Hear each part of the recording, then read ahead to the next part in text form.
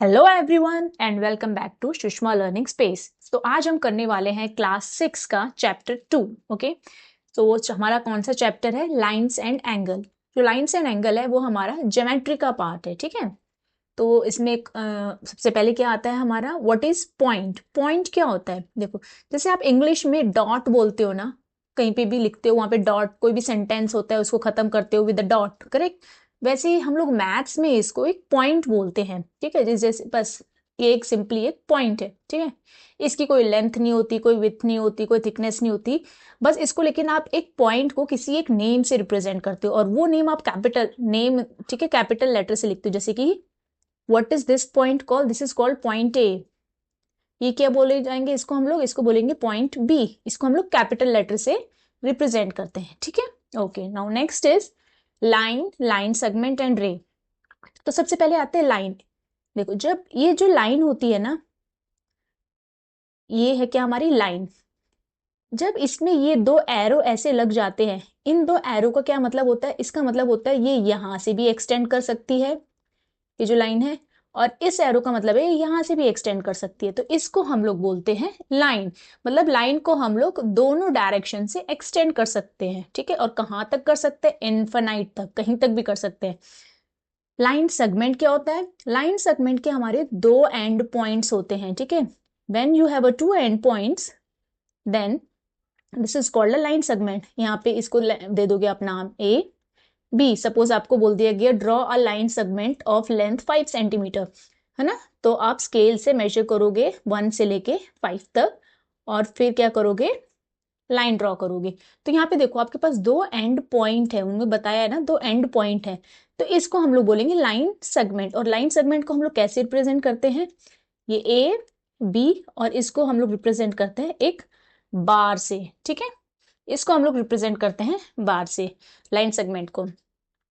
और अगर लाइन को रिप्रेजेंट करना हुआ तो सपोज इसका भी, इसको मैं ले लेती हूँ पी, इसको ले लेती हूँ क्यू। अगर आपको लाइन को करना हुआ तो आप कैसे करोगे? पी क्यू और बार विद दोनों साइड एक्सटेंड करने से। ठीक है, इसका क्या मतलब है? वो लाइन है।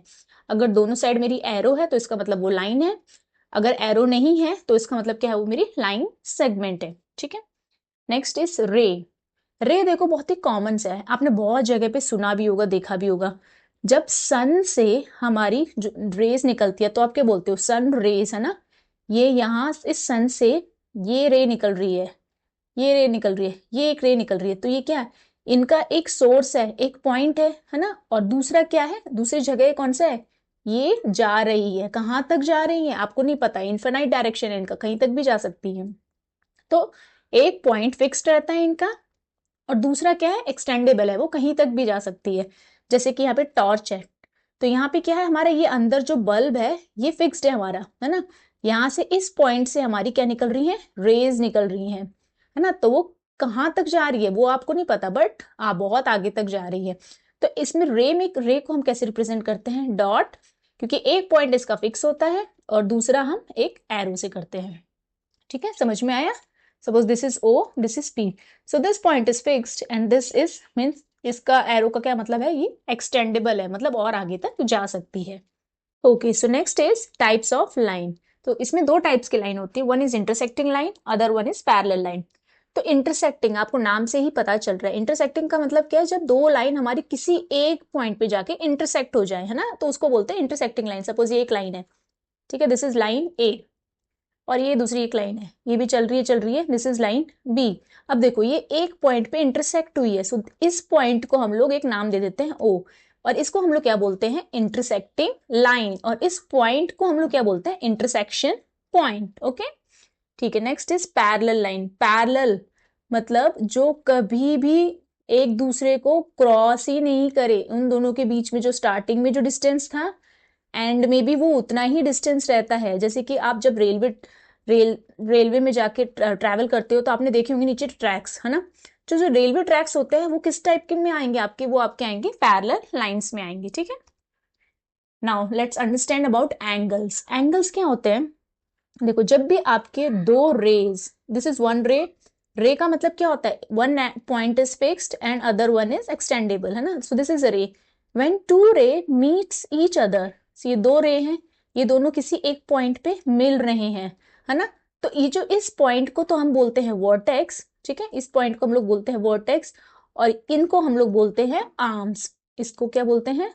आर्म्स। मैंने यहाँ पे डायग्राम बना रखा है, देखो ये क्या है, A one arm, B D is one arm, B E is another arm, and what is the common point? इन दोनों का कॉमन पॉइंट क्या बोलोगे आप, या फिर कॉमन वर्टेक्स क्या है? बी है, ओके। और इन दोनों के बीच में जो एक एंगल बन रहा है, देखो one angle you can see ना, so this is called the angle between the two arm, ठीक है। इसे हम वर्टेक्स बोलते हैं और इसे हम लोग क्या बोलते हैं, आर्म बोलते हैं। चलो, तो हमारे कितने टाइप्स के एंगल्स होते हैं? First one is acute angle. Acute angle क्या होता है हमारा? लेस देन 90 होता है। आप जब आप मैं आगे दिखाऊंगी आपको प्रोटेक्टर, पहले बस यहीं पर हम लोग कर लेते हैं। एक्यूट एंगल जो होता है लेस देन 90 होता है, राइट एंगल होता है वो एग्जैक्टली 90 होता है, obtuse is between 90 to 180, straight angle is 180, reflex angle is more than 180, okay. So if but both the lines coincide each other, so what angle they are making? They are making zero angle, ठीक है। अगर लेकिन इसको आप ऐसे ही दिखाए, two angles are coinciding but जो रोटेशन है हमारा वो फुल वन कंप्लीट रोटेशन है, तो इसको हम लोग बोलते हैं कंप्लीट एंगल, ठीक है। अगर इनके बीच में मेरे जो इनिशियल आर्म और फाइनल आर्म, इस वाले सब, इस आर्म को मैं क्या बोल रही हूँ, इनिशियल आर्म, ओके, और इसके बीच को इस वाले आर्म को मैं क्या बोल रही हूँ, फाइनल आर्म। तो इन दोनों के बीच के जो एंगल होगा वही बनेगा, है ना। तो जब आपका इनिशियल आर्म और फाइनल आर्म के बीच में कोई एंगल ही नहीं है, मतलब उसने कोई रोटेशन ही नहीं लिया है, तो उस एंगल को हम लोग बोलेंगे zero angle, when both the arms are coinciding each other, ठीक है। लेकिन जब आपका एक कंप्लीट रोटेशन ले लेता है, एक इनिशियल आर्म अपनी इनिशियल जगह पे, ये final arm, it takes one complete rotation and then it is coinciding, so उस एंगल को हम लोग बोलेंगे कंप्लीट एंगल। जीरो एंगल हमारा 0 डिग्री का होता है और कंप्लीट एंगल मेरा कितना होता है, 360 डिग्री होता है, ठीक है। चलो फिर straight angle 180, reflex is more than 180। चलो यहाँ पे दिखाती हूँ मैं आपको, ये देखो, ये इसको क्या बोलते हैं, जो आपका ये डी शेप में है ना, इसको आप लोग प्रोटेक्टर बोलते हो, ठीक है। आपको जब भी कभी भी किसी का भी एंगल मेजर करना हो ना, तो आपको हमेशा उसके बेस लाइन के साथ कोइंसाइड कराना पड़ता है। ये इसकी बेस लाइन है और उसके वर्टेक्स, उसका जो वर्टेक्स होगा वो आपको प्रोटेक्टर के हमेशा 0 के साथ कोइंसाइड कराना है, then you can easily measure the angle of any angle, okay. तो देखो ये है मेरा 90 डिग्री, मेरे 90 से कम वाले एंगल कौन से एंगल आएंगे, एक्यूट एंगल आएंगे मेरे 90 से कम, है ना। ये पूरे मेरे ये एक्यूट एंगल है। 90 से ज्यादा वाले मेरे 90 से 180 तक, ये मेरे कौन से एंगल आएंगे, ये आएंगे मेरे obtuse angle, obtuse angle. And जो करेक्ट 90 डिग्री पे है ना, ये जो करेक्ट 90 डिग्री पे है वो आएगा मेरा राइट एंगल, ओके। एंड जो मोर देन 180 है, मतलब जो इस तरफ आएंगे, है ना, वो किस टाइप के एंगल होंगे मेरे, मोर देन 180।